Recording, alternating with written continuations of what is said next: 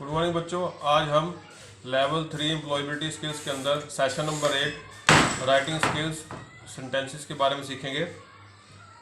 इसमें क्या है देखो, पार्ट्स ऑफ ए सेंटेंस, वाक्य के भाग क्या क्या होते हैं। As you have learned in English classes almost all English sentences have a subject and verb. आप सबने इंग्लिश की क्लासेस में पढ़ा हुआ है कि इंग्लिश में जो सेंटेंसेस होते हैं, हर सेंटेंस का एक सब्जेक्ट और एक वर्ब होता है, विषय होता है और क्रिया होती है।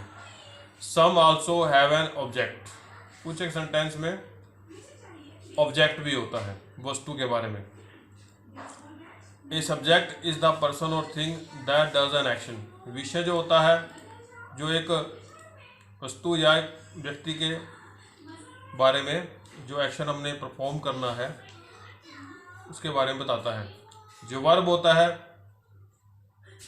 वो एक्शन का वर्णन करता है, कार्य का वर्णन करता है। ऑब्जेक्ट इज द पर्सन और thing that receives the action. और जो ऑब्जेक्ट होता है, जो जिस वस्तु पे जिसके लिए जो एक्शन को रिसीव कर रहा है, कार्य को प्राप्त कर रहा है, वो ऑब्जेक्ट होता है। उदाहरण के लिए, read aloud sentence Divya reads a book. जैसे दिव्या एक किताब पढ़ती है।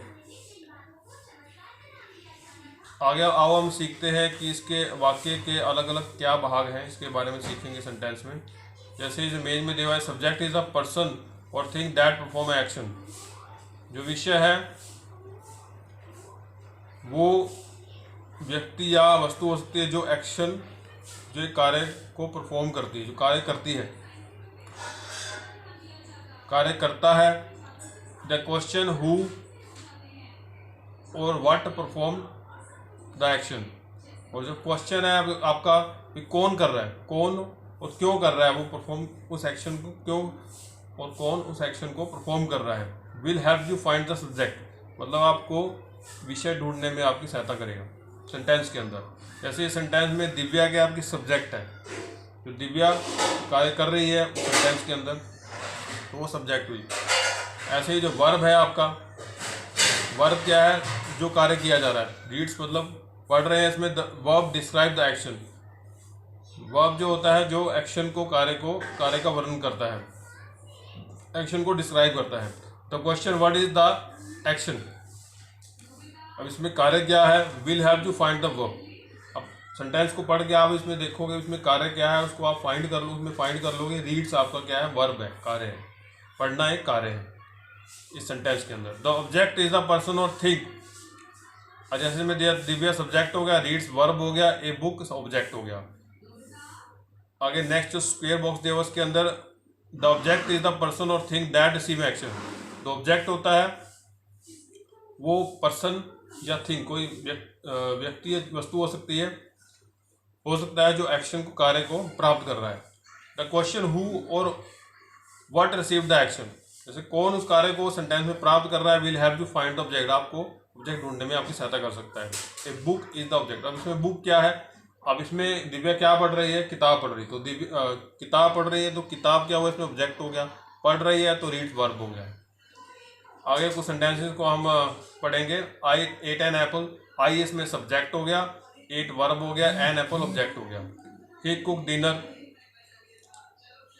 ही आपका सब्जेक्ट हो गया, वर्ब इसमें कुकड हो गया, जो बनाया है इसमें डिनर, रात का खाना बनाया गया है, बनाया उसने, तो जो बनाया है कुकड किया, कुकड वर्ब हो गया।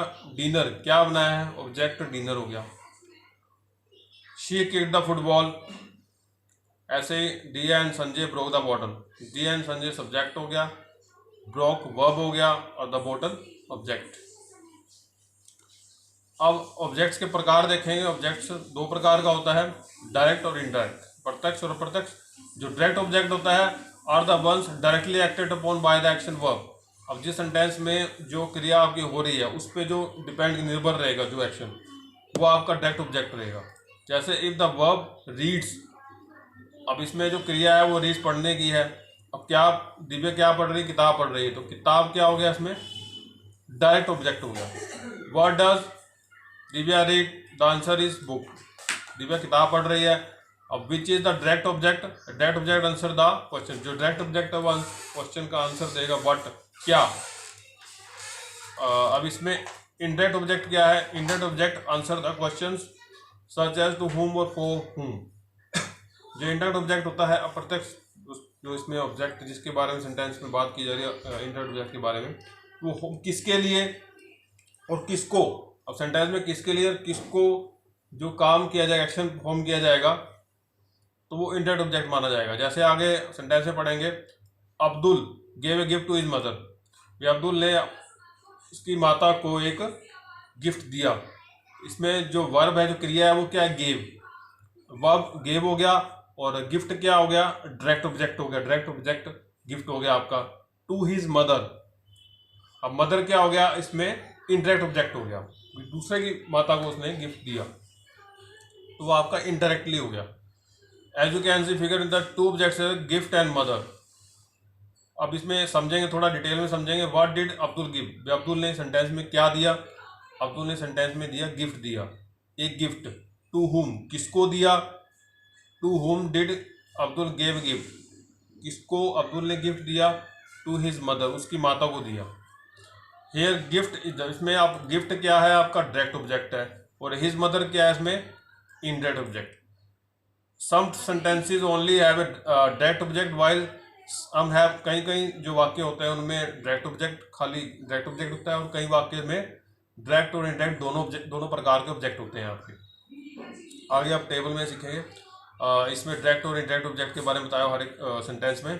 रीमा बॉट वेजिटेबल्स, अब रीमा क्या हो गया, सब्जेक्ट हो गया इसमें, और बॉट क्या हो गया, वर्ब हो गया, और वेजिटेबल्स क्या हो गया इसमें, डायरेक्टली वेजिटेबल्स, उसने डायरेक्टली वेजिटेबल खरीदी, उसने किसी के लिए नहीं खरीदी, किसी के लिए खरीदी होती तो वो इनडायरेक्ट में चला जाता दूसरा। वेजिटेबल आपका डायरेक्ट में रहेगा, ठीक है। जैसे इसमें दिखा रखा है, बोट वर्ब हो गया, वेजिटेबल वर्ब पर वर्ड, और वेजिटेबल्स हो गया आपका डायरेक्ट ऑब्जेक्ट। अब जैसे इनडायरेक्ट वाला हम देख लेते हैं। ही ऑफर्ड मी ए चॉकलेट, ने मुझे एक चॉकलेट ऑफर की, मुझे, उसने मुझे, इसमें दो पर्सन की बात हो गई। अब किसको की, मुझे की, तो मी क्या हो गया इसमें, इनडायरेक्ट हो गया, और चॉकलेट क्या हो गया, चॉकलेट ऑफर की, चॉकलेट डायरेक्ट ऑब्जेक्ट हो गया, डायरेक्ट ऑब्जेक्ट चॉकलेट हो गया, और मी इनडायरेक्ट ऑब्जेक्ट हो गया।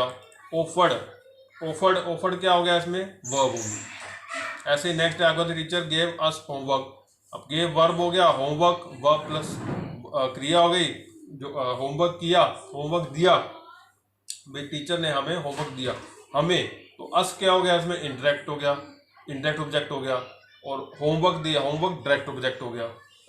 जैसे इसमें आपको पता लग रहा है टेबल में, अस वर्ब प्लस बाय होम, किसको, क्रिया किस पे हुई, किसके लिए, अस के लिए, मतलब व्हाट के लिए भी हुई, क्या किया, होमवर्क किया, किसके लिए किया, अस के लिए, तो वर्ब प्लस बाय होम, और डायरेक्ट आपका डायरेक्ट ऑब्जेक्ट हो गया होमवर्क, और अस इनडायरेक्ट हो गया।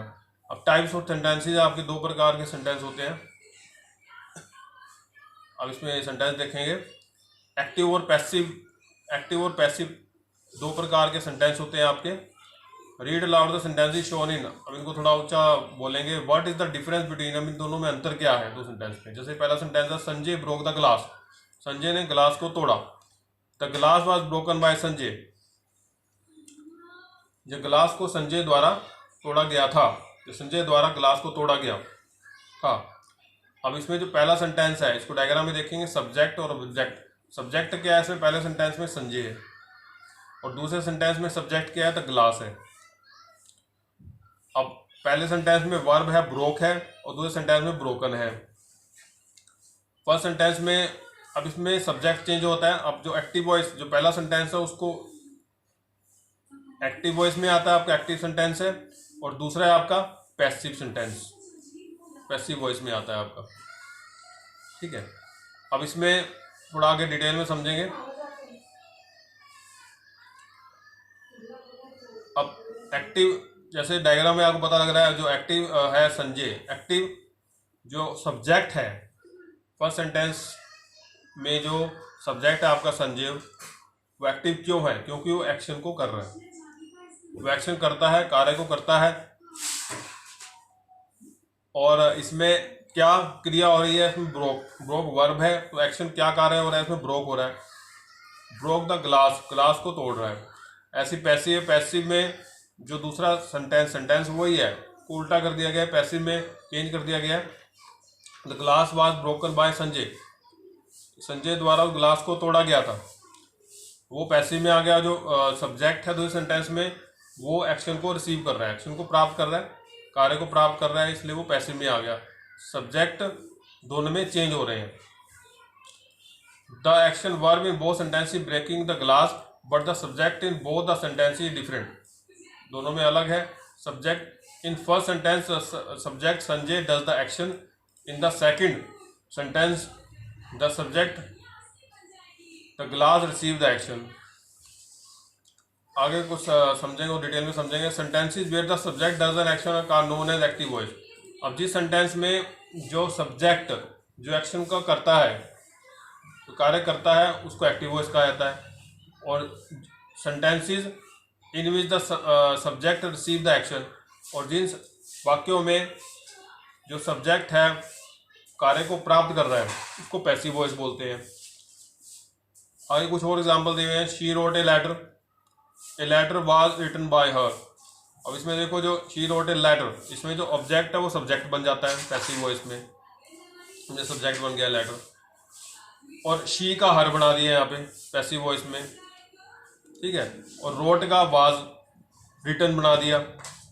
अब इसमें पहले में अगर टेंस को बारे में अगर आपको टेंस आते हो तो टेंस में क्या है, टेंस में पहला जो एक्टिव वॉइस है वो पास्ट इंडेफिनिट में है, और इसको ये पास्ट कंटिन्यूस में चेंज हो जाता है अपने आप। राइट, रोट सेकंड फॉर्म आ गई पास्ट इंडेफिनिट में, और पास्ट कंटिन्यूस में वाज वर और वर्ब की थर्ड फॉर्म, ठीक है। She wrote a letter was written by her. He open the door was open by him.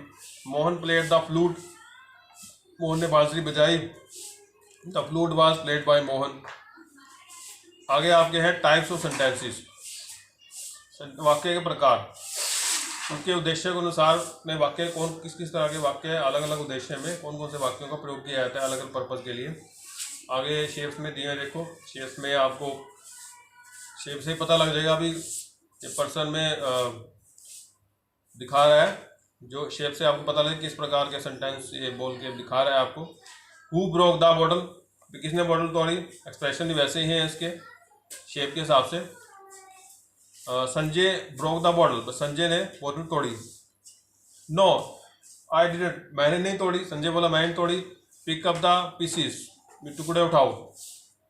अब इसमें जितने सेंटेंस दिए उनका अलग अलग उद्देश्य के लिए सेंटेंस का प्रयोग किया गया। जैसे पहला शेप को अगर समझेंगे तो क्वेश्चन पूछा गया है, इसमें प्रश्न पूछा गया है, हु ब्रोक द बॉटल, किसने तोड़ी। स्टेटमेंट बयान दिया गया है, संजय ब्रोक, संजय ने बॉटल तोड़ी। रिएक्शन इसमें प्रतिक्रिया आई, नो मैंने नहीं तोड़ी।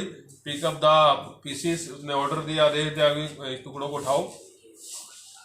आगे कुछ इसको डिटेल में आगे टेबल में बताया गया है। अभी अलग अलग प्रकार के सेंटेंस होते हैं। तो स्टेटमेंट के होते हैं, स्टेटमेंट रिलेटिव जिसमें बयानबाजी और कथात्मक तरह के होते हैं। This is the most common type हो है, सबसे मुख्य तौर पे जो वाक्य प्रयोग किया जाता है वो स्टेटमेंट वाला होता है।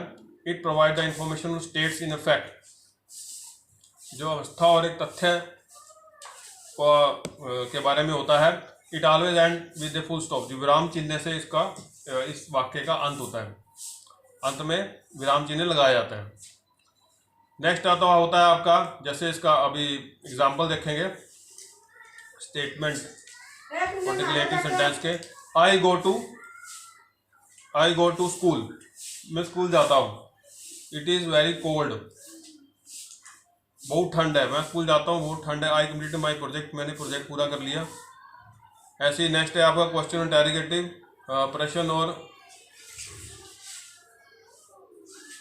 जो प्रश्न, जिस स्टेटमेंट जिस वाक्य में कोई प्रश्न पूछा जाता है किसी को, this type of sentence ask a question, it always ends with a question mark, जो क्वेश्चन मार्क से जिस सेंटेंस का अंत होता है। Did you go to school, क्या तुम स्कूल गए। हाउ इज द वेदर, मौसम कैसा है। Did you complete your project, क्या तुमने अपना प्रोजेक्ट पूरा किया। आगे इमोशन वाले, रिएक्शन वाले एक्सक्लेमेटरी सेंटेंस हो सकते हैं, जिसमें भावना और प्रतिक्रिया होती है, आपकी विस्मयादि बोधक के वाक्य होते हैं। इसमें यहाँ पे कड़ी भावना व्यक्त की जाती है, जिसमें खुशी, उदासी, डर या हैरानी हो सकती है, और हमेशा वो सेंटेंस एक विस्मयादिबोधक चिन्ह के द्वारा ही उस सेंटेंस का अंत होता है। लास्ट में विस्मयादिबोधक एक्सक्लेमेशन मार्क लगाया जाता है। आई केम फर्स्ट इन क्लास में फर्स्ट आया। ओ आज बहुत ठंड है, आज मैंने प्रोजेक्ट अपना पूरा कर लिया। तो इस तरह के सेंटेंस में लास्ट में आपको देखेंगे इसमें आदिबोधक चिन्ह लगाया हुआ है, एक्सक्लेमेशन मार्क लगाया हुआ है। अब एक अलग और भी सेंटेंस होते हैं आपके, जैसे ऑर्डर ऑफ इम्पेरेटिव सेंटेंस होते हैं, आपने आदेश दिया जाता है। और जो अनिवार्य सेंटेंस जहाँ पे कोई आदेश दिया जाता है, कोई कमांड, कोई रिक्वेस्ट प्रार्थना की जाती है, सलाह दी जाती है, और उन प्रकार के सेंटेंसेस में भी आप डॉट या इसमें आदिबोधक चिन्ह लगाते हो। जैसे गो टू कॉलेज टुडे, क्या कॉलेज गए तुम आज? वियर योर स्वेटर, अपनी स्वेटर पहनो, अपना प्रोजेक्ट पूरा करो। ठीक है। नेक्स्ट आपका पैराग्राफ है। पैराग्राफ क्या होता है? पैराग्राफ का मतलब ये होता है you have learn about sentence, आप सेंटेंस के वाक्य के बारे में सीख गए। A group of sentence form paragraph, मतलब एक से ज़्यादा सेंटेंस को अगर मिला दें तो पैराग्राफ बनता है। जब आप पैराग्राफ लिखते हो आपको ये श्योर रहना चाहिए कि उसमें कॉमन एक मुख्य विचार होना चाहिए पैराग्राफ के अंदर, और एक डिफरेंट अगर आप कोई नया पैराग्राफ बना रहे हो उसमें एक अलग विचार होना चाहिए, अलग प्रकार का। उदाहरण के लिए if you writing about your school, अगर आपने स्कूल के बारे में लिख रहे हो, the first paragraph can be sentences about the name, location, size और अदर सच डिटेल्स। उसमें स्कूल का नाम होना चाहिए, लोकेशन किस स्थान पर स्कूल है, स्कूल का साइज क्या साइज है, और अदर डिटेल्स होनी चाहिए। उसमें कौन कौन से आपके डिपार्टमेंट, लाइब्रेरी है, मैदान है, उसके अलग अलग तरह की डिटेल होनी चाहिए। और अलग पैराग्राफ में आप उसका स्कूल के बारे में उसका विवरण कर सकते हो भी, आप स्कूल में सबसे अच्छा आपको क्या लगता है। ठीक है, नेक्स्ट